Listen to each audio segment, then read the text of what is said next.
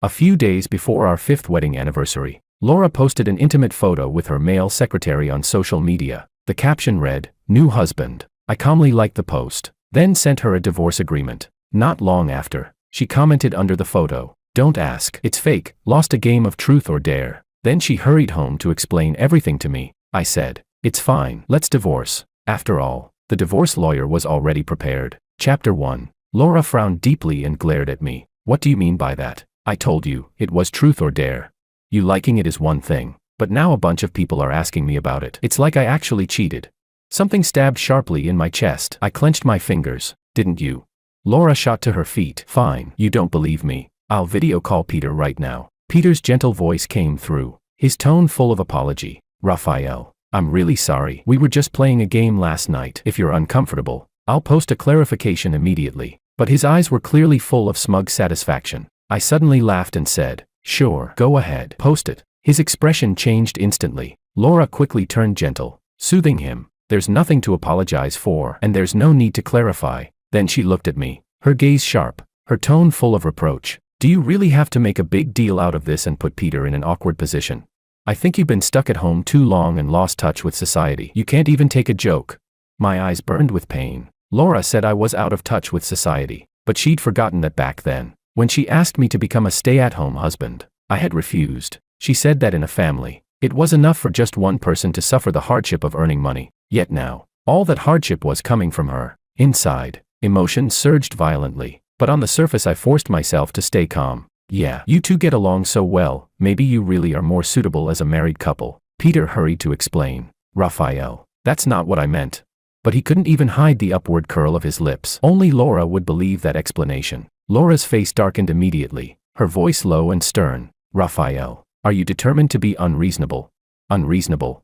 In the past, whenever any woman got close to her, Laura would take the initiative to explain. If I didn't get jealous, she'd even get angry, saying I didn't care enough about her. Now, before I'd even said much, I was already being labeled unreasonable. I blinked, forcing my emotions down, and said in a low voice, "Yeah, do you want me to clear out space for you too? Though maybe a new place would be better, after all. He's your new husband." Laura flew into a rage, threw her coat aside, and jabbed a finger at me hard. "Fine, if you want to make things this messy, then so be it." With that, she stormed out of the house. The door slammed shut with a loud bang. Only then did my body give out. I collapsed weakly onto the sofa. In just 5 years, Laura had drifted farther and farther away from me. My marriage was nearing its end. The 5th anniversary, in the end, would never be celebrated. Chapter 2. As expected, Laura didn't come back after that. Not until a weekend more than a month later. The moment she walked in, she handed me a paper bag with a luxury brand logo on it. "Honey, I went on a business trip. I left in a hurry and forgot to tell you.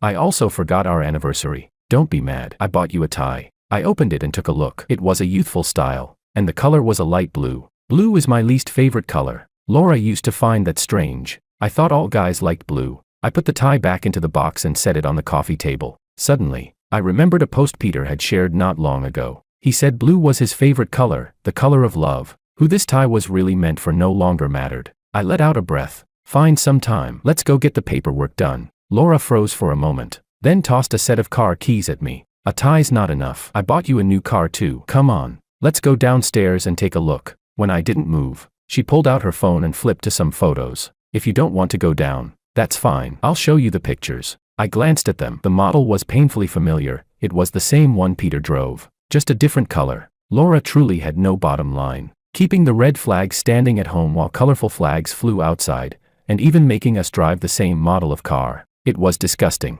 She wrapped her arms around me, her voice carrying a tenderness I hadn't heard in a long time. "Honey, getting angry is bad for your health. If you get sick from anger, how would I not feel heartbroken? Don't be mad anymore, okay?" I pulled her hands away and just looked at her, enunciating every word. "Pick a time. The two of us will go get the paperwork done." The smile on Laura's face vanished instantly. She darkened, her tone impatient. "I've already gone this far to coax you. What else are you unhappy about?" When I didn't respond, she flew into a rage, stood up, and turned to leave. "You really have to make this such a big deal. If we actually get divorced, I'll see where you go to regret it." Regret? I'd thought about it for a whole month. How could I regret it? Last month, I made chicken soup and brought it to her company, but the office was empty. I walked into the inner lounge. Laura and Peter were lying on the bed. wrapped in each other's arms, their bodies close and intimate, as if nothing in the world could separate them. It had been a long time since Laura last slept in my arms. Peter's neck was covered in scattered kiss marks. I couldn't take it anymore. My stomach churned violently, and I stumbled out, but I didn't tear the veil off right then. My family's small factory had survived all these years solely because of Laura. If I completely fell out with her and the factory collapsed, with my father's temper, he might end up in the hospital from sheer shock. But now, I grabbed her arm. I want a divorce. Laura grew even angrier and shook my hand off. If we really divorce, what do you think will happen to your dad's factory? I cried out hoarsely. Laura. Tears poured down uncontrollably. My dad passed away last week. Chapter 3. Last time, after I had a fight with Laura, my dad called me and said that the Ramos Group had cut off the funding. I called Laura to question her, but Peter answered instead. With an awkward tone, he said, Laura's busy. She won't be answering her phone for the next few days. I didn't know whether he was telling the truth, but the Ramos Group really had stopped the funding. I thought Laura might be deliberately making things difficult for me. I assumed it was just her throwing a tantrum, but only one day later, several suppliers caught wind of it and began terminating their contracts one after another. In less than a week, almost all our partners chose to cancel cooperation. In the scorching summer heat, I went door to door to speak with their bosses. No one was willing to see me. Eventually, I collapsed from heat stroke under the sun. When I woke up, I saw my dad wiping away tears. It's Dad who's dragging you down, he said, but we didn't even have the luxury to grieve. The factory had been shut down for days, and the workers came to our home to protest. I called Laura dozens of times, but no one ever answered. Outside, the workers had already started smashing the doors and windows. In my desperation, I finally managed to contact her through another assistant. Impatiently, she asked, "What is it?" "My family's factory." Before I could finish, she cut me off. "All right, I know. We'll talk when I get back." After that, I couldn't reach her again. I had no choice but to sneak out and look for help on my own. While leaving, I was even hit on the arm by one of the workers. Fortunately, an uncle who had worked with us for many years was willing to lend me some money so I could first pay the workers' wages. I rushed home, overjoyed. But I never expected that after being besieged by workers for 4 days, my dad had completely collapsed. He jumped from the building and fell right in front of me. I slumped down beside him at once, forgetting even how to cry. Before the funeral, I called Laura again. Peter answered once more. His voice was gentle, but his words pierced straight through my heart. "Laura's taking a shower, Raphael. You know, at times like this, she doesn't like to be disturbed." After hanging up, I stared blankly at my dad's body. That jump didn't just end his life. It also completely severed the very last trace of affection I had for Laura. After hearing everything, Laura fell silent for a long time. There was no way she hadn't seen the dozens of calls I'd made. After a long while, she finally spoke. "You." But she didn't finish the sentence. Perhaps she knew that he was already gone, and there was nothing she could say now. Yet in just a moment, she returned to her usual self. "Raphael, I'm sorry about Dad, but you know, if it weren't for me, your father's factory would have gone bankrupt 4 years ago. With his personality, he was never suited for business." I couldn't believe what I was hearing. Unable to suppress my anger any longer, I slapped her across the face. "Are you even human?" It was the first time I had ever laid a hand on her. The day I saw her lying in bed with Peter, I had already wanted to do this. Laura clearly hadn't expected me to hit her. She sprang to her feet and raised her hand. I closed my eyes and waited for the slap to come down, but perhaps feeling guilty, she only knocked over the tea and shouted angrily, "You domestic abuser." She nodded as she spoke. "Fine, you want a divorce, right? Then divorce it is." With that, she called her lawyer. "Bring over a divorce agreement." Chapter 4. How did Laura and I end up like this?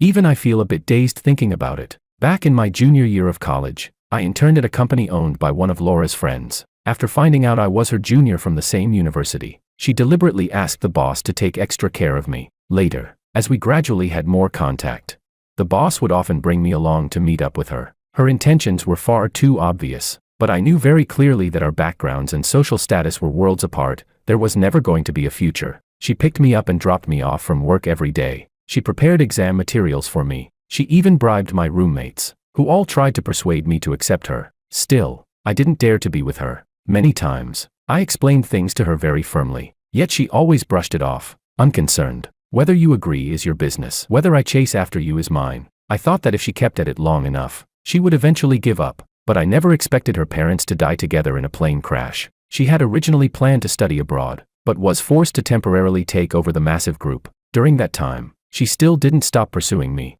Only, every time I saw her, her face was pale, her brows tightly furrowed. No matter how hard she tried to hide it, she couldn't conceal her exhaustion. After asking my former boss, I finally learned that she was surrounded by danger within the group. Yet in front of me, she still pretended to be calm and unbothered. I could no longer hold back my heartache. During the hardest period of her life, the two of us got through it together. I didn't understand her work at all. All I could do was stay by her side when she felt defeated, and make her a bowl of chicken soup. She once held me inside.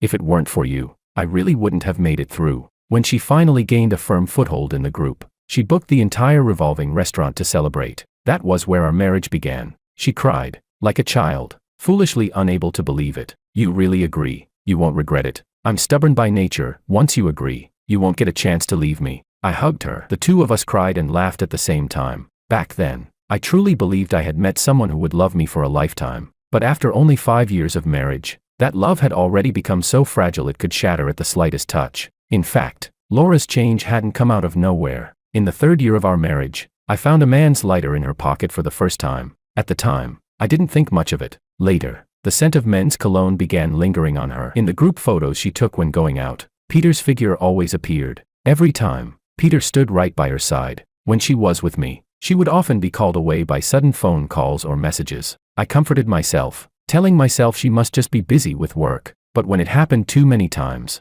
even self-deception became impossible. The doorbell rang. The lawyer had arrived. Chapter 5. When the lawyer took out the divorce agreement, Laura seemed like she still wanted to say something, but I didn't spare her a single glance. I only skimmed it briefly, then signed my name. After that, I said coldly, "Laura, sign it." She stared at me for a long time. Seeing that I wouldn't budge, she snatched the agreement away at once. "So you're really going to push things this far? Fine, fine. Don't you regret it?"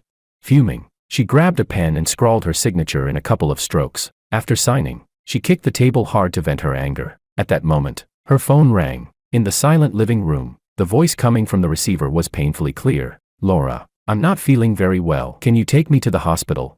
After a pause, he added, "Forget it. You should stay home with Raphael. I'll go by myself." Laura looked at me. I turned my head away indifferently. After hesitating for a moment, she still chose Peter. "I'll take him to the hospital first. Wait for me at home." Then she left, almost as if she were fleeing. I didn't pause for even a second and immediately began packing my things. When I was clearing out the bookshelf, a follow-up medical report caught my eye. I finally couldn't hold it in anymore. Clutching the report, I let out a hoarse, explosive shout in the empty house. I had tried my best to save this marriage, but it hadn't even lasted long enough to reach the so-called 7-year itch. Dragging my suitcase, I walked out of the house I had lived in for 5 years. I turned back to look at it. This upscale residential complex wasn't all that great after all. When houses grow bigger, the distance between people only grows farther. As I reached the plaza, I saw a young couple chasing and fooling around. The girl pouted in mock anger. The boy immediately ran back to coax her. She broke into a smile at once and leapt onto his back. Laughing and joking, the two of them ran off together. My eyes burned with soreness. Once, Laura and I had been just like that. She had once treated me as her whole world, and precisely because we had truly loved each other, the separation hurt like having muscles torn and bones stripped away. I had already rented an apartment a few days earlier. Moving in now, I only needed to clean up a bit before I could live there. I worked non-stop until the afternoon. Before I could even catch my breath, a dull, sudden pain shot through my calf. In the blink of an eye, the pain left me unable to move. Remembering the doctor's instructions, regret washed over me. Once the pain eased a little, I hurriedly took a taxi to the hospital. The doctor frowned and scolded me. "You absolutely must not engage in intense activity again. Put household chores on hold for now. After a fracture, you need to rest properly. Don't treat your body like it doesn't matter." I nodded, holding a stack of forms, and limped out of the consultation room. But just as I reached the lobby, I ran into Peter. He was smiling, but the smile didn't reach his eyes. They were full of mockery. "Raphael, you didn't follow us here on purpose, did you? You're already divorced from Laura, and you're still chasing after her like this." I didn't want to deal with him and turned to leave. "Raphael." Laura walked over with a slight frown. "Why are you at the hospital?" I let out a cold laugh. "What does it have to do with you?" She grabbed me. "The paperwork isn't finished yet. You're still my husband. How does it have nothing to do with me?" I shook her off, but ended up putting pressure on my calf. My face turned pale instantly. "What's wrong with you?"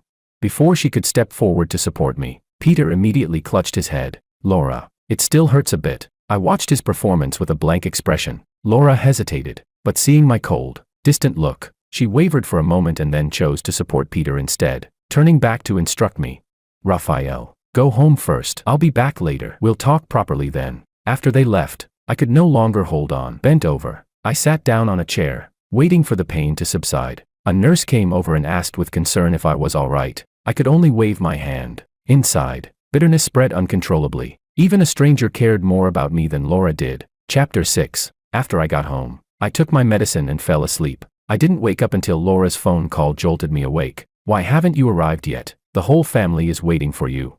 I glanced at my phone and realized I had slept until the afternoon of the next day. Today was Laura's grandparents' golden wedding anniversary. Her grandparents had always treated me well. I couldn't not go. When I rushed over with the gift, I immediately saw Peter sitting beside Laura, in the seat closest to Grandma. Laura's cousin spoke up first, rolling his eyes. Quite the attitude you've got, making everyone wait for you. He had never liked me. Now that he and Peter were close friends, his disgust toward me had only grown. I ignored him and presented the gift. Then I looked around. The only empty seat left was next to the cousin. At that moment, Peter suddenly stood up, looking flustered and uneasy. Raphael, I'm sorry, did I take your seat? Laura told me to sit next to her. I didn't notice. I let out a cold laugh. Didn't notice. Or were you hoping for it? You know best. Laura snapped sharply. Raphael, I won't disturb your gathering. Grandpa, Grandma, happy golden anniversary. But Laura and I are already divorced. This is my last time here. I wish you both good health in the years to come. Before I could even walk out,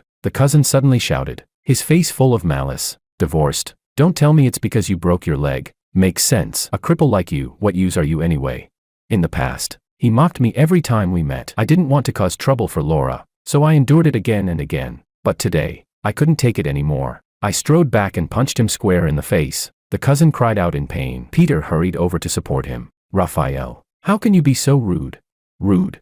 Rage surged through me. You haven't even seen real rudeness yet. I grabbed the hot soup from the table and poured it straight over the two of them. This is what rude looks like. I tossed the bowl aside and turned to leave, but a hand grabbed me. Raphael, what do you mean by a fracture? Laura's voice trembled, her eyes reddening. I looked at her coldly. When my dad jumped, he smashed into my leg. By the time you came back from your business trip, I had just gotten the cast removed. Her grip on my hand tightened suddenly. Why didn't you tell me? I laughed. Tell you? Could I even reach you?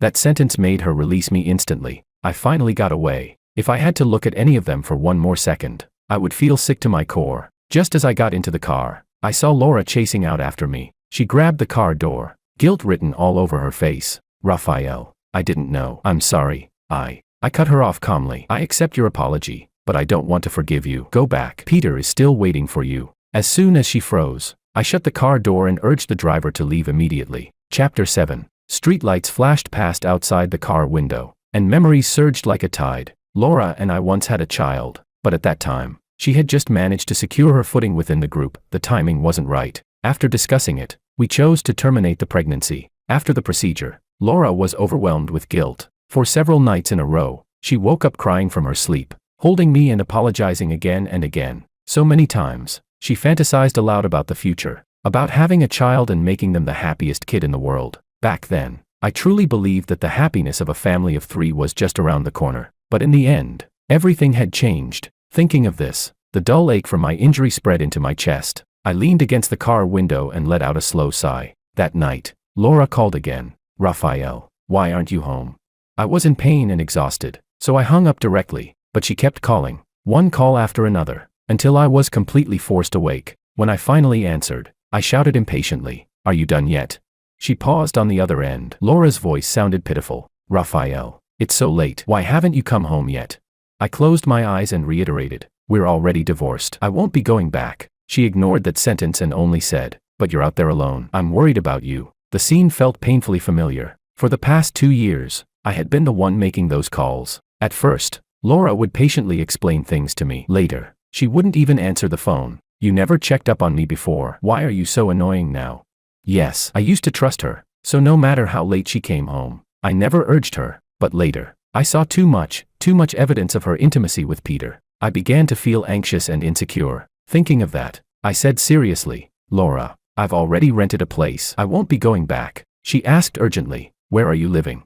I didn't answer and hung up, but somehow, Laura found out where I lived. Early the next morning, she appeared at my door. You're here to take me to get the paperwork done? I asked. She froze, then hurriedly explained, Raphael, I bought you breakfast. Have something to eat. She didn't mention the divorce at all. I lowered my gaze and saw that she had bought sweets. Take it away. With my recent fracture, I couldn't eat overly sweet food, it would affect calcium absorption. Laura thought I was refusing her kindness and shoved it into my hands. If you don't want to go back, then stay here for now. When you've cooled down, I'll come pick you up. After saying that, as if afraid I'd refuse, she ran off in a flash. Over the next few days, she came every single day. Sometimes she brought breakfast, sometimes snacks. No matter how many times I stated clearly that I was determined to get divorced, she refused to believe it, stubbornly urging me to go home. When I wouldn't listen, she even hired a caregiver specifically to look after me. The auntie was very kind, so I didn't refuse. Although Laura was an indirect cause of everything,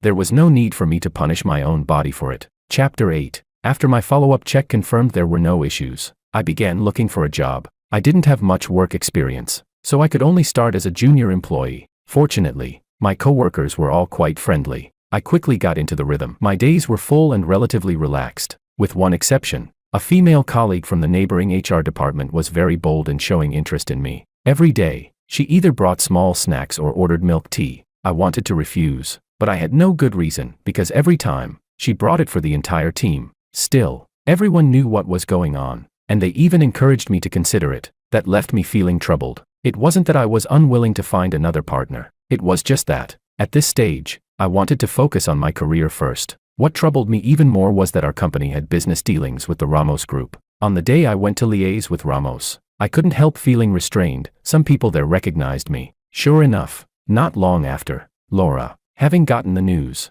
came down from the top floor. Peter followed behind her. When she arrived, that female colleague was chatting with me. Laura's face darkened immediately. With so many people around, she didn't question me outright, but when I went to the restroom, she followed me. Is this woman the reason you divorced me? I looked at her, utterly baffled. First of all, we've already signed the divorce agreement. Second, I just met her. You don't need to project your own behavior onto me. Laura grabbed my arm, suppressing her anger. Have you made enough of a scene? I thought that after everything I've done to make it up to you lately, you should have calmed down by now. I was practically speechless. You don't honestly think I've just been throwing a tantrum this whole time, do you? She frowned. Isn't that what this is? After all these years together, how could we just cut things off like that? Her naive way of thinking almost made me laugh. I pried her hand off mine and nodded. I understand. Seeing my expression return to normal, she finally relaxed. Then come back and stay at home tonight. I didn't respond, apparently taking my silence as consent. Laura left, pleased with herself. On the way back, Peter came out to meet her. He first glanced at me warily, then looped his arm through Laura's. Why did you take so long? Laura shoved him away, turned back to look at me, wearing an expression as if she were waiting for praise. I walked past the two of them without even glancing sideways. Behind me came Laura's impatient voice. Stay away from me. I sneered inwardly. Peter was truly pitiful. Laura didn't seem to like him that much either, snapping at him whenever she pleased. After I got home from work, Laura's call came right on time. Raphael, what do you mean by this? You're suing me? Back on the day of Grandpa and Grandma Ramos's golden anniversary, I had already contacted a lawyer to start the process. I hadn't expected the notice to reach Laura today. I said calmly, if you won't go handle the paperwork with me, I have no choice but to go through the legal process. Laura was silent for a long while. You really want to divorce me? I think I've made that very clear to you the last few times. After saying that, I hung up, but less than half an hour later, someone started pounding on my door. It was Laura. I didn't open it for a long time. She simply gave up on her image and shouted outside, Raphael, I need to talk to you. Even the neighbor across the hall came out to urge me. With no other choice, I opened the door and let her in. Laura's coat was crooked, her clothes wrinkled and disheveled. It was the first time I had ever seen her in such a sorry state. Once inside, she shrank back instead. Raphael. She swallowed, then said pitifully, I want to drink the chicken soup you make again. Chapter 9. Back in those days when we supported each other, I often stewed chicken soup for her. My mom once said that chicken soup made with love could soothe all unhappiness. But now, I no longer had that much love left for her. I shook my head. Laura, I'm not your nanny. If you want chicken soup, go find Peter. Laura's eyes instantly reddened. When she spoke again, her voice was choked with sobs. Raphael, I don't want a divorce. As if remembering something, she pulled a ring out from her clothes. Look, this is the first ring I ever gave you. I'll give it to you again. I took it from her hand. Her eyes lit up immediately. But the next second, I walked over to the window and threw the ring out. Laura rushed to the window as if she'd gone mad. Then she turned back, staring at me in disbelief. I said coldly, "This is my resolve." She lowered her head, lost in thought. I couldn't be bothered with her anymore and headed toward the bedroom. "When you leave, close the door behind you." Suddenly, she hugged me tightly from behind. Warm liquid soaked into my back. "Raphael, I was really wrong. I don't want a divorce." She was holding me too tightly. I had to use real force to break free. I shoved her away. She staggered back 2 steps, yet her expression was eerily calm. Looking at her like that, a sense of dread rose in my chest. Sure enough, when I turned back, she followed me, locked the bedroom door, and turned the key. I couldn't believe it. I banged on the door and shouted, "Laura, are you insane? This is illegal." She said, "We won't divorce. We'll just stay like this, together in one house, and not go out. Our relationship will slowly heal." There was a hint of madness in her voice. After that, she only repeated one sentence over and over, "I don't want a divorce." I took a deep breath, forcing myself to calm down. "Laura, I saw you sleeping with Peter." Silence. The next second, the door was flung open. Laura's eyes were bloodshot. "Raphael, listen to me. It was Peter who seduced me." "Really? I'm sorry. I won't do it again. Please forgive me." She tried to come at me again, but I forced her back with a baseball bat. "Don't come near me. You disgust me." Her entire body stiffened, pain flashing across her face. Just as we stood locked in that tense standoff, there was another knock at the door. It was the police. Just moments earlier, I had sent an emergency text to report it. Chapter 10. Laura was taken away and detained. Taking advantage of that opportunity, I applied for an internal transfer at my company. The branch in City C needed staff, so I gave up my apartment and moved there directly. Before I left, Laura and I completed the divorce procedures. From beginning to end, we didn't exchange a single word. Only at the moment of parting did she speak hoarsely. "Raphael, I fired Peter." According to Laura, Peter was unwilling to accept it and followed her to her home. While crossing the street, he was hit by a car. Although he was saved, he was left with high-level paralysis. I couldn't help but sigh, but none of that had anything to do with me anymore. Laura asked tentatively, "Raphael, can we still?" I cut her off. "Between us, it was never just about Peter. Even without him, there would have been other men. And most importantly, I no longer have any trust in you." Laura's face turned deathly pale in an instant. Her lips trembled, but for a long time she couldn't say a single word. I didn't bother to listen any further and turned to leave. In City C, my abilities improved greatly. In just 2 years, I was promoted to project supervisor. My income doubled as well. Laura would often come to see me secretly. In fact, I always knew, but I pretended not to notice and never spoke to her. Until one day, she suddenly stepped forward and stopped me. Her voice was a little hoarse. "Raphael." I looked at her quietly. "Today is my birthday. Do you remember?" Her eyes were full of anticipation, but I had truly forgotten. Work was too busy. I hadn't even thought about her in a long time. Seeing that I didn't speak, her expression gradually dimmed. I said softly, "Happy birthday." She immediately lifted her head, tears glimmering in her eyes. "Can I hug you one more time?" I refused. I shouldn't let her have any more illusions. From that day on, Laura never came again. At least, I never saw her. Under her leadership, the Ramos Group continued to grow larger and stronger. I often heard colleagues mention her, but in my heart, there were no longer any ripples. Over those 2 years, there were also outstanding women who pursued me, but I focused on my work and didn't have much energy to spare for that. 5 years later, Laura's cousin suddenly called me. "My cousin wants to see you." I had always disliked him, so naturally I didn't want to bother. Before I could hang up, though, he started crying on the other end. "I treated you badly before. I apologize, but my cousin really isn't doing well anymore. She only wants to see you." I was startled. I had seen Laura in the news last year. She had seemed perfectly fine then. When I rushed to the hospital, I saw a Laura who looked nothing like her former self, emaciated and skeletal. Her hair was cut very short. Her cheekbones protruded. Her cheeks were sunken, and the arm extending from beneath the blanket was nothing but skin over bone. I stared at her in disbelief. Her cousin explained from the side, "She's been drinking all the time. She's been hospitalized several times for gastric bleeding. Repeated gastric bleeding and perforations caused her health to deteriorate more and more. Last year, she was diagnosed with stage 2 gastric cancer. It could have been controlled, but Laura refused treatment and instead abused her body even more recklessly. Very quickly, it progressed to stage 4 gastric cancer. She just said she wants to see you one more time." In the afternoon, Laura finally woke up. When she saw me, tears instantly streamed from her eyes. "Raphael." She had very little strength left, but she still forced herself to speak. "I'm sorry, Raphael." Just those 2 sentences had already exhausted all her energy. To say I felt nothing at all would be a lie. But in the end, everyone has to pay the price for their own actions. Chapter 11. After Laura passed away, her lawyer came to see me. Half of the shares she held were transferred to me. Laura said this is her compensation to you. She asked that you not refuse it. At the time of the divorce, Laura had already given me half of the marital assets. Now, with these additional shares, I had effectively become a true millionaire. I resigned from my job and went abroad to continue my studies. This time, I chose a major that I truly liked. After graduating, I opened a small studio of my own. Life moved at an unhurried pace. In my spare time, I traveled to different parts of the world. Along the way, I made many friends. I also met people who made my heart flutter. But I no longer threw myself into love without reservation. Nor did I place all my emotions onto a partner. More than anything else, I learned to prioritize my own feelings. My current girlfriend often says, "When you love yourself, that's when you're most attractive to me." I look at the birds gliding across the sky. They are free and unrestrained, just like me.